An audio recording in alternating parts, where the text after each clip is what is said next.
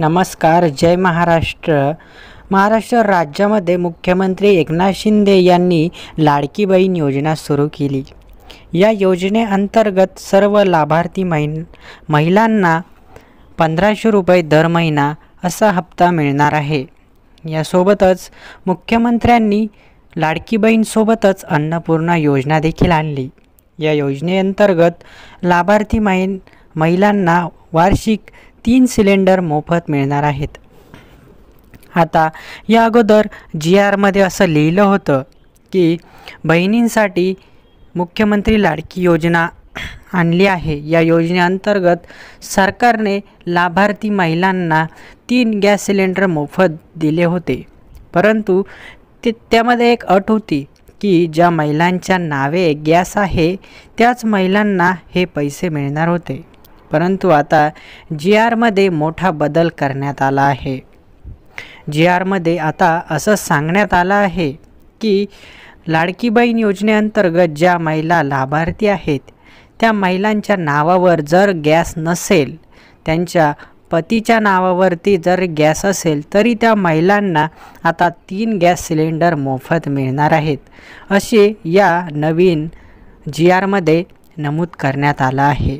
जर तुमच्या घरातील व्यक्तीच्या नावावरती गॅस असेल तर तुम्ही तो गॅस महिलांच्या नावे तुम्हाला ट्रान्सफर करायचा आहे. त्यानंतर तुम्हाला सबसिडी ही तुमच्या खात्यावरती जमा होणार आहे. जे वार्षिक 3 सिलेंडर आहेत त्याचे पैसे प्रति 825 रुपये प्रति गॅस सिलेंडर अशा रूपाने तुम्हाला जवळपास 2500 रुपये वर्षाला तुमच्या खात्यावरती जमा होणार आहे. अशी ही नवीन अपडेट नवीन GRमध्ये देण्यात आली आहे.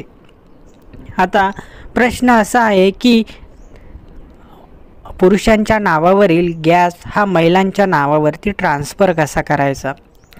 जर तुम्ही ज्या गॅस एजन्सीमध्ये तुमचा गॅस आहे त्या एजन्सीमध्ये जाऊन तेथे फॉर्म भरून तुम्हाला तो गॅस पुरुषांच्या नावावरून महिलांच्या नावे तुम्हाला ट्रान्सफर करायचा आहे.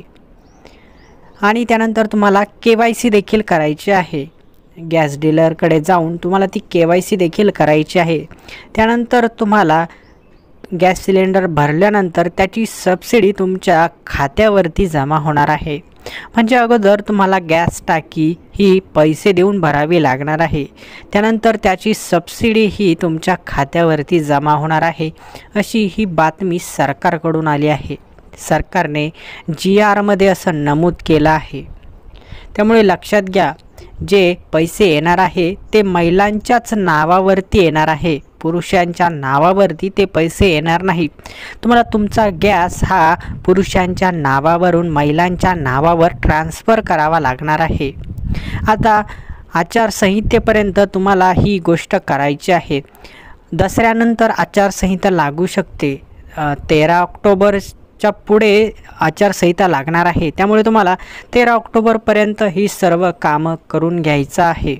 तुम्हाला गॅस ट्रान्सफर असो किंवा KYC असो किंवा इतर कुठलंही तुम्हाला काम असेल ते तुम्हाला 13 तारखेच्या आतमध्येच करायचं आहे. कारण त्यानंतर आचारसंहिता लागणार आहे आणि नंतर तुमची ही योजना देखील तुम्हाला पैसे मिळण्यास अडचण निर्माण होऊ शकते. म्हणून त्या अगोदरच तुम्हाला हे सर्व करायचं आहे.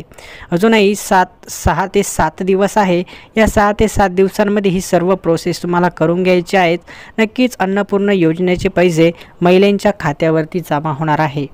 त्यामुळे ही सर्वात मोठी अपडेट होती, ती तुम्हाला सांगायची होती. असेच रोज नवीन अपडेट घेण्यासाठी चॅनलला नक्की सबस्क्राईब करून ठेवा. धन्यवाद.